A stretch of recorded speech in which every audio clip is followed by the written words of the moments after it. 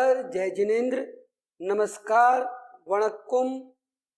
आज ये जो हमारा कड़ी चल रही है जैन नवपद ओली जी के संबंध में, उसकी पिछली 3 कड़ियों में हमने आपको सर्वप्रथम नवपद ओली जी क्या है उसका परिचय कराया, नवपद के बारे में, सिद्ध चक्र के बारे में बताया।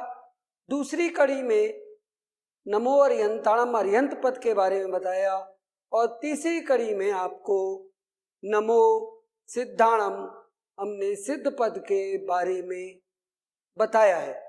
अब इसी श्रृंखला में आगे बढ़ते हुए इस कड़ी में हम आपको नमो आयरियाणम अर्थात आचार्य पद के बारे में बताएंगे, परंतु उससे पहले पिछली कड़ियों से कुछ लेते हुए एक प्रश्न है जिसका आप उत्तर कमेंट सेक्शन में दें।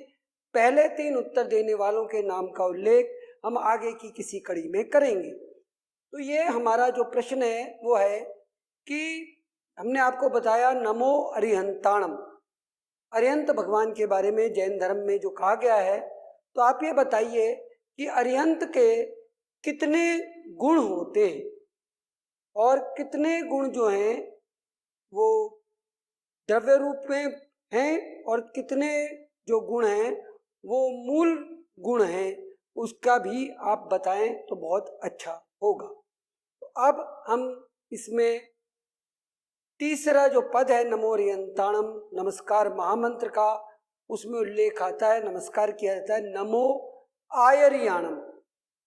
तो यही सिद्ध चक्र का नवपद जी में तीसरे दिन की आराधना जो होती है वो विशेष रूप से सिद्ध चक्र में नमो आयरियाणम को समर्पित होती है, आचार्य भगवंत को समर्पित होती है। यहाँ भी ये विशेषता है जैन धर्म की कि नमो आयरियाणम में आचार्य पद को अर्थात आचार्य पद से संबंधित गुणों को, उनके चारित्र को, उनको नमस्कार है।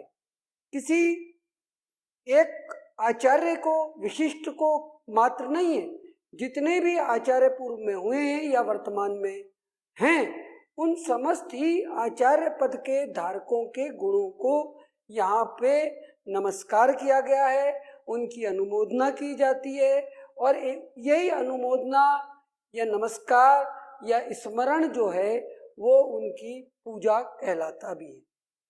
तो नमो आयरियाणम है आचार्य। पहले के जो 2 पद थे नमो अरिहंताणम और नमो सिद्धाणम, ये जो दोनों पद होते हैं ये आत्माएं जो हैं अपनी घाती कर्मों का नाश कर सकती है पहली, और दूसरी अघाती कर्मों का, अर्थात ये सिद्ध बुद्ध और मुक्त होने की तरफ निश्चित हो जाती है। केवल्य ज्ञान, केवल्य दर्शन इनको प्राप्त हो चुका होता है। मगर जो तीसरे पद हैं आचार्य पद, वो ऐसा नहीं है। ये आत्मा छद्मस्ती होती हैं, इन्हें अभी केवल्य ज्ञान, केवल्य दर्शन तो प्राप्त नहीं हुआ है, परंतु ये साधना के उच्चतम शिखर पर स्वयं आगे बढ़ सकते हैं और अन्य को भी उस साधना मार्ग के लिए प्रेरित करते हैं, मार्गदर्शन देते हैं, तो उन्हें ही आचार्य कहते हैं।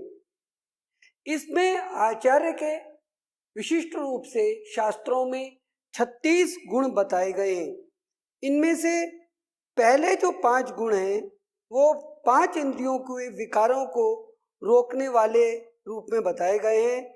स्पर्शेंद्रिय यानी त्वचा शरीर से, रसनेन्द्रिय जीभ के, प्राणेंद्रिय अर्थात नाक, नेत्रेंद्रिय अर्थात आँख और श्रोतेंद्रिय अर्थात कान।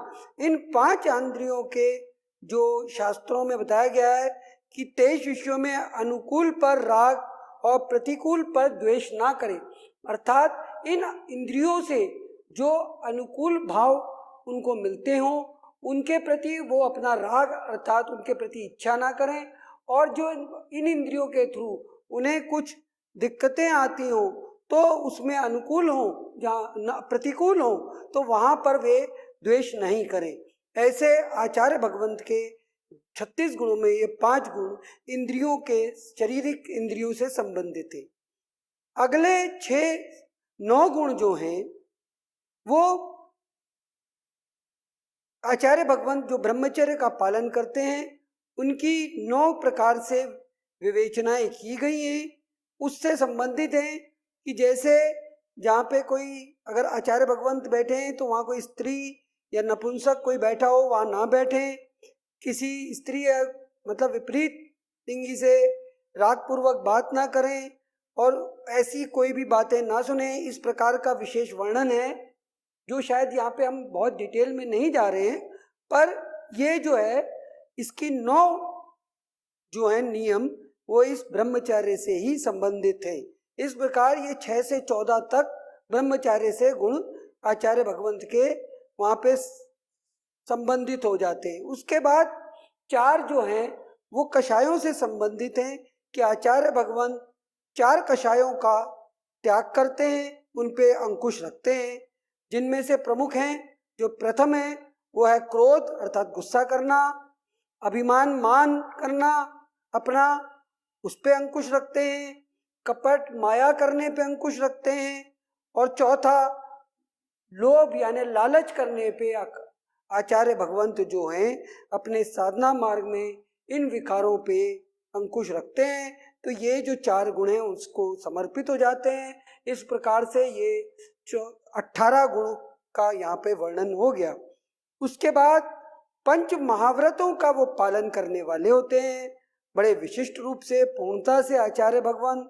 ये 5 जो महाव्रत बताए गए हैं वो हैं, उसमें प्रथम है प्राणातिपात विरमण, अर्थात जैनापूर्वक ये ध्यान रखें कि उनके द्वारा किसी भी जीव का, चाहे वो लघु हो विराट हो, किसी एकेंद्रिय हो या पंचेंद्रिय हो, उसका वध ना हो।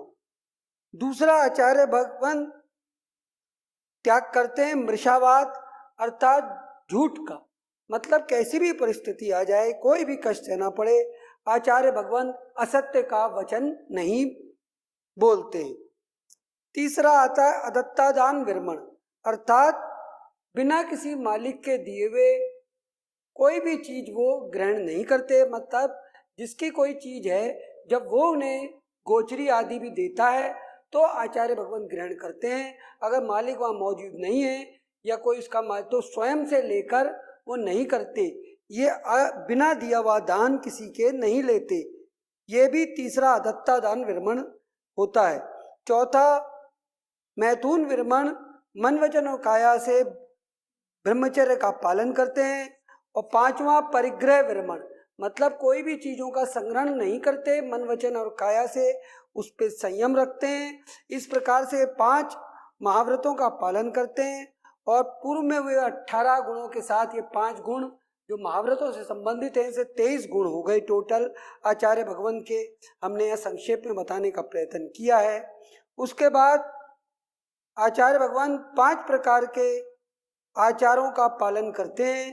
पहला जिनमें से है ज्ञानाचार, अर्थात स्वयं ज्ञान को पढ़ते हैं और लोगों को भी पढ़ाते हैं या उस ज्ञान का लेखन करवाते हैं और या पढ़ने को, ज्ञान को का अध्ययन करने में वो प्रेरणा देते हैं।